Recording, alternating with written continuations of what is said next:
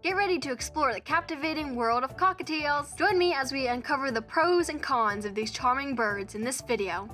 Hi guys! Welcome back to the BubblyPetz channel. I'm Isla. Today I'm going to be discussing with you guys the pros and the cons of having a pet cockatiel. That being said, let's get started. So our first point is a pro, and they are smart. So they're a species of parrots. Most parrots are known to be very intelligent. They're one of the more intelligent families of birds. So this is something nice to consider when you're getting a companion and you want to be able to interact with them in certain ways or have them understand you more. As you can see, my bird is on my head. She got frightened a little bit earlier before starting filming, and for now she's just gonna stick up there. If she wants to come down, she'll be on the table, but for now she'll just be on my head. On to our next point. They have a lot of personality. This goes hand in hand with them being intelligent.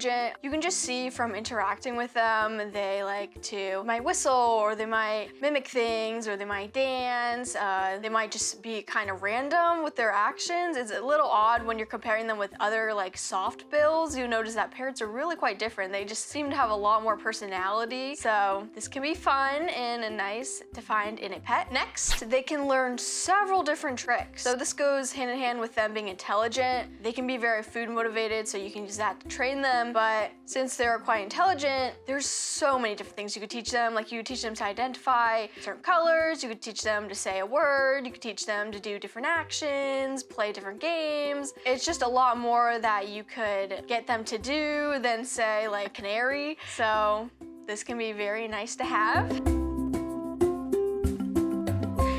On to our next point, they can learn to talk. So all parrots, they have their vocal cords. They're able to mimic different sounds, and cockatiels, they're a little decent at it. Usually you'll find the males will be more likely to copy words and say phrases. Females can, but they're often more shy or not as talkative, so they just don't do it. So it's something cool to find, especially for people who are looking for a pet bird. They often want parrots because they're like, oh, I want a bird that can talk. They are one of the more quieter species of parrots, so this would be good for having in an apartment. Usually you wouldn't want a macaw in an apartment because they'd be very loud. You'd probably get noise complaints, you might be kicked out. So some of the smaller birds are usually quieter, and cockatiels, especially if you get a female, they're not going to be as loud as a male. That'll be constantly chirping, chattering.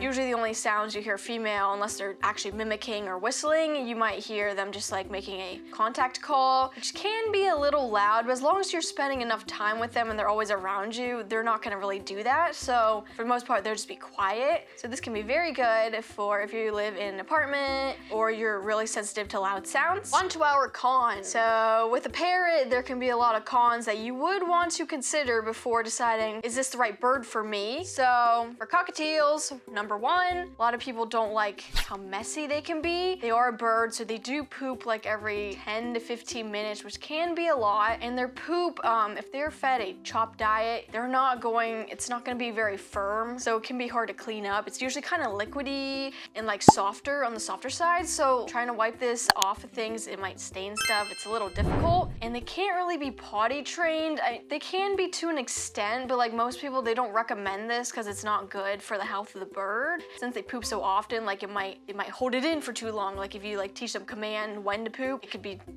just not good. For our next point, cockatiels are pretty flighty. They get spooked easily. This is one of the reasons why they would not be a good candidate for free flight. Along with budgies, these two, they're more nomadic birds in the wild. So they're not gonna really remember one location and always come back to it. They just travel, and their first instinct from danger is gonna be to fly really far away, and they're smaller birds too, so it just wouldn't be good. So this can be a problem if your bird's not desensitized to things, you haven't worked on that. Earlier, my editor was blowing their nose, and my cockatiel got scared and ran into a bunch of walls. So just want to be careful and mindful of these things to make sure that they don't hurt themselves. On to our next point, they can be loud. Even though I did say earlier, as a pro, they are one of the quieter species. If you haven't heard different parrots, their sounds and their calls, and hadn't been able to compare them, then you might not be expecting just how loud they can be. My bird, personally, her cage is kept nearby in my bedroom and where I sleep, so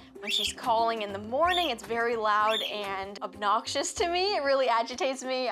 Personally, I kind of like pigeons better than parrots due to this because I'm quite sensitive to the sound, but this can be something that you do want to keep in mind, especially if your ears are sensitive and you don't like the constant sound that they make. Next, they need constant attention and interaction. So parrots are commonly known as toddlers that live a very, very long time. So you just need to spend and dedicate a lot of your time to them. Bond with them, train them, feed them treats, give them toys to pick apart and try to solve puzzles. Like, they just need constant things to do, otherwise they will become destructive. They might pluck their feathers, they might constantly screaming and calling for you if you're not constantly around them. They might destroy things too. Do you want to keep in mind, do I have the time for this? Do I have the dedication? Do I have the patience for thinking about getting a cockatiel? Piggybacking off of what I just said, they can be destructive. So like all parrots, they like to chew things. It's just in their nature. They always want things to do. So if they're outside the cage unsupervised, you might want to reconsider because they will find their way into things. Like my cockatiel, she likes to walk around and chew on my jewelry. She likes to,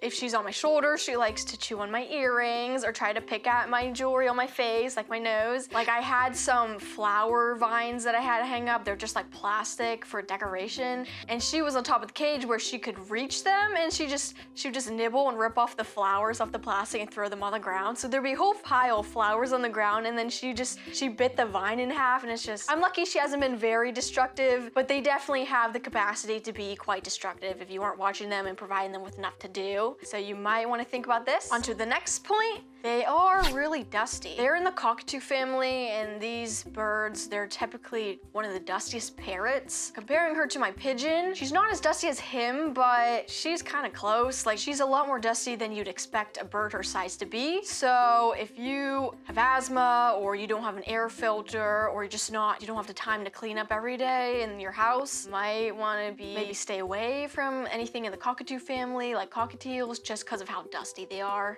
If you're interested in learning how to adopt a pet bird, watch this video next to find out more. And also, if you guys enjoyed this video, please subscribe and like this video, and I'll see you guys next time. Bye!